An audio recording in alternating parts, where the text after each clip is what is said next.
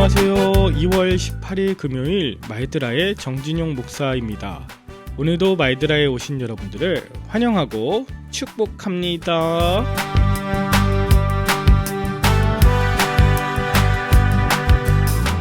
여러분, 어느덧 창세기 40장을 넘어 41장을 가고 있습니다. 2월 안에 창세기를 마무리할 준비가 되고 있어요. 3월 달에 출애굽기에 들어가기 전에 창세기에 대해서 다시 한번 좀 정리하는 그런 시간을 갖고 출애굽기에 대한 묵상을 하려고 하는데요. 부탁드리기는 구독자 수가 200명 가까이 왔거든요. 여러분 주변에 함께 하나님의 말씀을 나눌 분들이 계시다면 초대해 주세요. 하나님이 그분들에게도 말씀하시는 아침이 되길 간절히 바랍니다. 그러면 오늘도 말씀이 들리는 아침 힘차게 출발해 보도록 할까요? 자, 출발! 오늘은 창세기 41장입니다. 오늘 본문은 술 맡은 관원장이 복직한 지 2년이 지나 바로가 꿈을 꾸는 것으로 시작됩니다.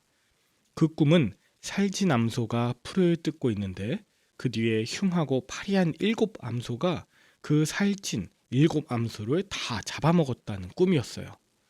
바로가 곧 깨었다가 다시 잠이 들어 꿈을 꿨는데 이번엔 알곡이 튼실한 7이삭이 나오고 그 후에 가늘고 마른 7이삭이 그 튼실한 7이삭을 다 삼켰다는 그런 꿈이었습니다. 이 꿈으로 인해 바로가 애굽의 점술가와 현인들 모두 불러 꿈 내용을 말했지만 그것을 해석하는 자가 없었습니다. 그때 술 맡은 관원장이 2년 전 자신의 꿈을 해석해 주었던 요셉을 기억하였고 바로는 사람을 보내 요셉을 자신의 앞에 불러오게 합니다. 그러나 요셉은 바로 앞에서 떨지 않고 그 꿈 이야기를 듣고 하나님께서 그에게 보여주신 일이라며 7년의 풍년과 이 7년의 흉년이 있을 것에 대한 온전한 해석, 그리고 이 일을 분석한 결과의 대안까지 바로에게 말해요. 바로와 그의 모든 신하가 이 일을 좋게 여겨서 요셉을 애굽의 총리로 임명하고 애굽 전역을 다스리게 합니다. 한편 요셉은 온의 제사장 보디베라의 딸 아스낫과 결혼해 므낫세와 에브라임을 낳았고 7년의 풍년 후 흉년이 들기 시작할 때 애굽의 모든 백성들과 각국 백성들에게 양식을 팔게 돼요. 이것이 창세기 41장의 내용입니다. 여러분은 최근에 꾼 꿈 중에 기억나는 꿈이 있으신가요? 저도 오늘 꿈을 꾸었는데 2번, 3번 비슷한 꿈을 꾸었습니다. 누군가에게 실망을 하고 또 실망을 안겨주는 그런 꿈이었어요. 실제 상황하고는 전혀 맞지 않은 그런 것이었는데요. 이것을 전문 용어로 개꿈이라고 합니다. 그런데 꿈은 무의식이 의식에게 대화를 거는 방법이라고 생각하면 쉽습니다. 내 안에 내재된 무의식적 욕망, 욕구에 대한 것이 꿈이라는 장면과 언어로 표현되는 것이죠. 가령 한쪽에 치우친 생각을 하고 있을 때 무의식은 완전히 반대편의 이미지를 통해 편향되어 가고 있는 의식에게 균형 잡힌 길을 제시하고, 또 열등감으로 괴로울 때 오히려 잔인하거나 무서운 꿈을 꾸게 자신의 상태를 의식적으로 인식하고 건강한 자존감 회복하도록 하게 하는 사인이에요. 꿈속에서 나타나는 것들이 부서지거나 깨지는 것을 통해 무의식은 의식적으로 건강 이상 신호를 전달하기도 합니다. 여러분, 그런 의미에서 오늘 바로가 꾼 꿈의 원인 무엇이었는지 여러분들 짐작되시나요? 저는 그것을 바로가 애굽이라는 거대한 나라를 잘 운영하고 싶었던 것에서 나온 과도한 부담감, 또 책임감이라고 하는 것을 엿볼 수 있었어요. 사람들이 겉에서 볼 때 바로는 엄청난 왕이요, 권력도 대단하고 모든 것을 할 수 있는 자 같지만 사실 그의 내면에는 미래를 향한 초조하고 두렵고 떨리는 마음이 내재되어 있었다는 것이죠. 그리고 그런 자신의 마음은 꿈으로 드러나게 됐고 그 꿈에 대해 이야기를 했지만 그 어떤 신하들 하나 그것을 제대로 해석하는 자가 없었습니다.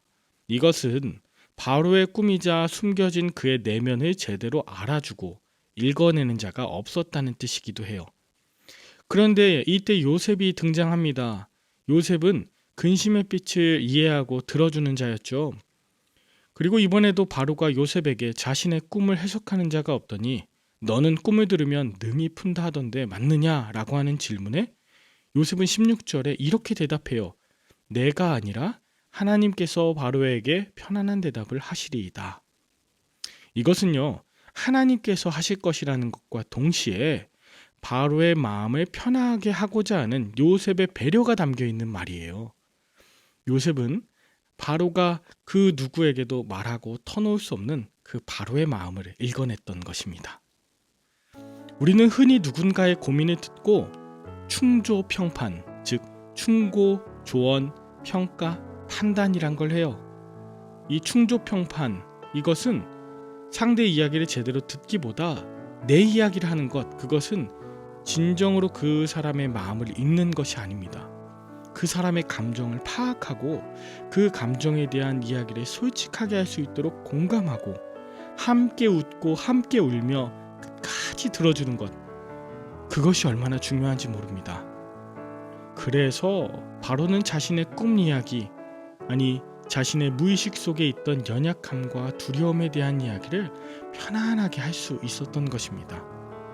요셉은 그런 바로에게 하나님이 그가 하실 일을 바로에게 보이신 것이라고, 그를 통해 하나님이 일하실 것이라고 그를 안심시키고 격려하고 있어요.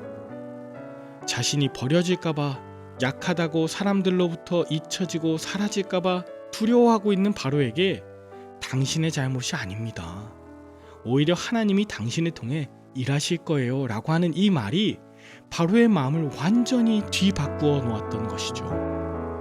그렇게 마음이 열리도록 돕는 것이 상담이라면 이후에 어떤 일을 하나하나 해가는지에 이끌림 받는 것을 코칭이라 하는데, 바로는 요셉의 코칭을 받게 된 거예요.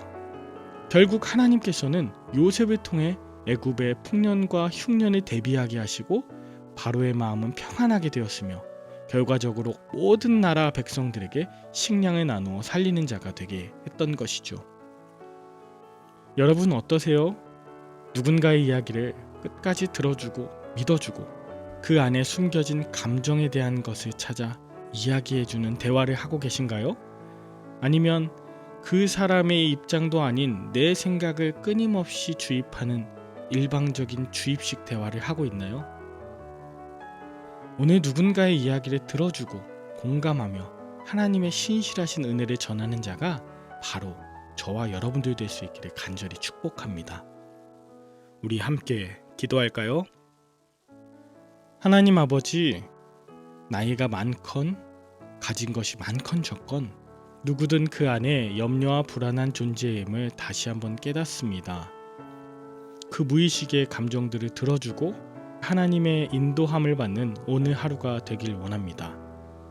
특별히 지난 날들의 아픔과 상처, 아쉬움으로 가득한 무의식들이 있다면 주님의 말씀으로 이 시간 위로하여 주시고, 괜찮아, 네 잘못이 아니야, 하나님께서 이제 역사하실 거야, 이 놀라운 은혜 안에서 평안함을 누리는 복된 하루 되도록 임마누엘 되어 주시옵소서. 예수님의 이름으로 기도합니다. 아멘. 오늘도 복된 하루 되시길 바라며 저는 내일 다시 뵙도록 하겠습니다. 샬롬.